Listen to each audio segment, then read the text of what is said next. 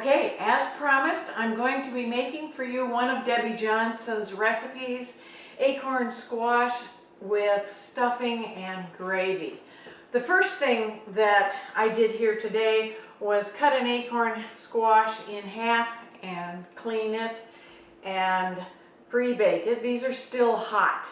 They're about 3/4 cooked to my liking and tenderness. They're still semi-hard. But I did these in the microwave. You can bake them in the oven. I intend to make up this stuffing for you here today, stuff them, and finish them off in a 350-degree oven. So we'll get started with the stuffing and heat this up.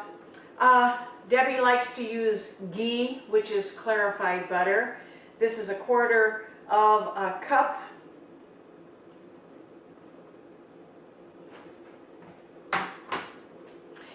And she says in her recipes too, she has vegetarian versions. So if you need to use your favorite oil, like grapeseed oil she has in here for vegetarians. She has vegetarian versions of many of her recipes, which I think is a nice thing.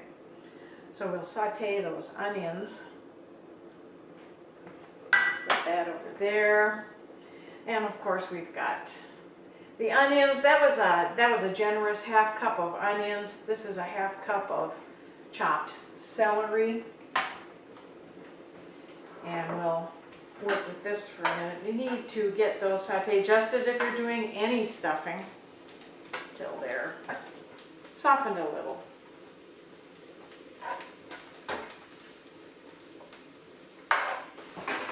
All right,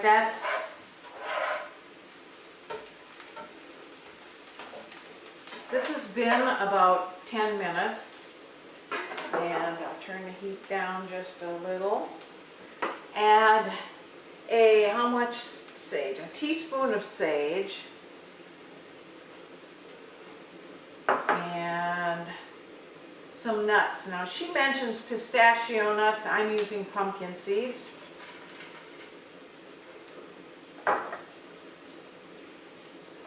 The bread cubes, she talks about low glycemic and gluten-free breadcrumbs. I don't have those restrictions in my diet, so I'm using some of my favorites, and we'll put those in here. I can hear my oven is up to temperature. You heard that beeping in the background.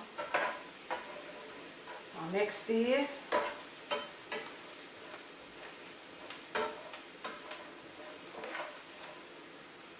Turn that off for a moment. Now, I can see here that maybe I need a couple of more breadcrumbs. I'm going to get those. I have a few more over here out of sight, but I'll grab those. And I think that's a preference, how many breadcrumbs you use in this. But I want to pile those high with the stuffing. So now in her recipe it starts with a cup of the breadcrumbs, and I'm thinking I'm going to end up using about 1.5 cups. So that's fine. That should be good.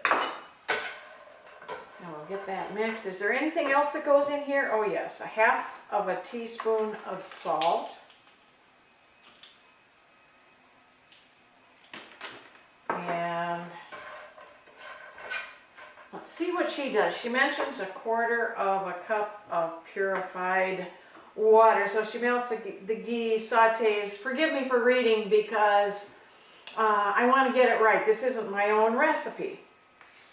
And all right, so then she adds the purified water and simmers that in. That gives the croutons, I think, a little bit of moisture.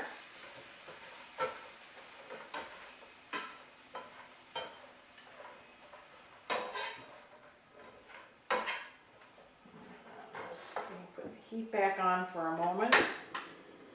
Turn it down just to low. And simmer for 1 minute.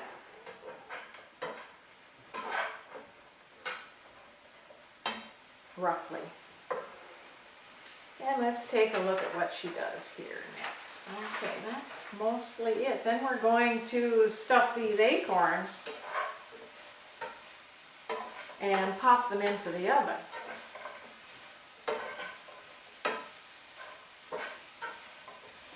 With the hot halves and the hot stuffing, it shouldn't take them too long to cook in the oven.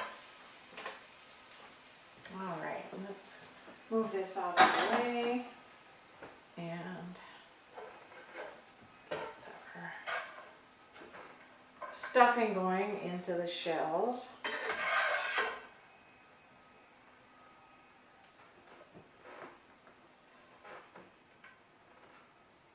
This is going to be lovely.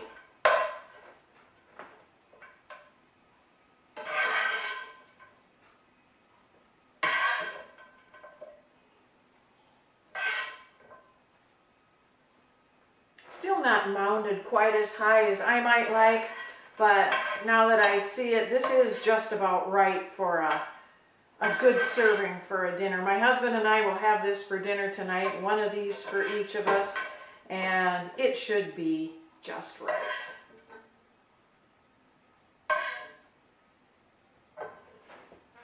I'll be back in just a moment. Let's get this into the oven and come back and make the gravy for it. Now, I have a pan that I think is going to be just about the right size to hold these upright in the oven. I lined it with foil, and I will put these in and finish them off in the oven. 350 degrees. This may take 30 minutes, maybe 40. And we'll be back when that's finished. In the meantime, I will make up the gravy for you.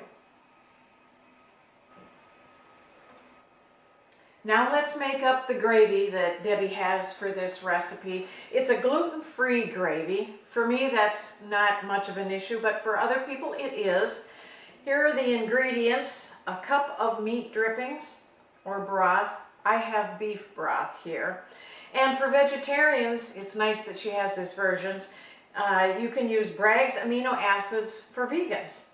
Now you can also use, this is for the thickening in place of flour, 1 teaspoon of kuzu or arrowroot powder to thicken instead of using the flour. And I'm going to put a little bit of the broth in that to make sure it mixes up before we put it in there. This helps so that there won't be lumps in it. I think I'll get the fire on and the pan hot, and we'll get that going. Here's the broth. There's a little bit of salt. She mentions Celtic or Himalayan salt. I'm using just a regular salt today.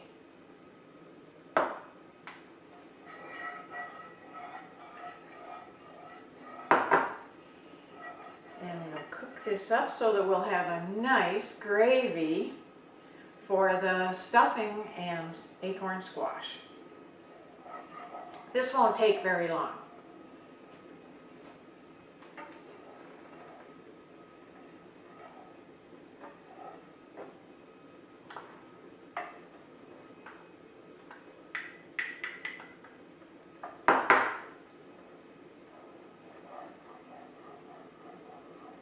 You'll want to cook this until it becomes clear. It'll start out cloudy, and then of course that means that the arrowroot or cornstarch for some of you people who want to use just what you have in your kitchen already will be cloudy in the beginning, but when it's ready, it turns clear.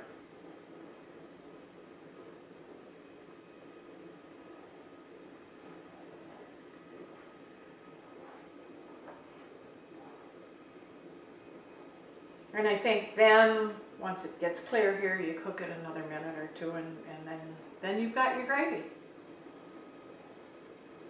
That's done. Turn it off, and we'll show it to you.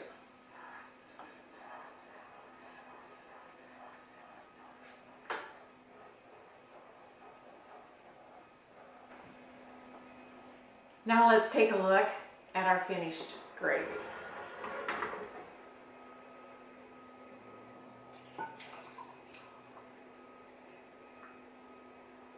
You can make it thicker if you want, but this should be just exactly right for what we're looking for tonight. In a few minutes, the acorn squash will be finished, and we'll put the things together and I'll show you what we have.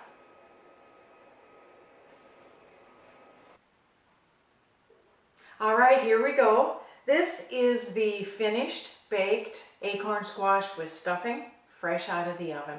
It looks beautiful. And we'll be having this for dinner tonight. Right before I serve, that's when I'll pour the gravy over each of the halves of the acorn squash. I'm not going to do it right now because we'll be eating in about a half an hour. This will stay in the oven warm for that period of time, and it'll be ready to go as soon as we're ready to go. Thanks for watching.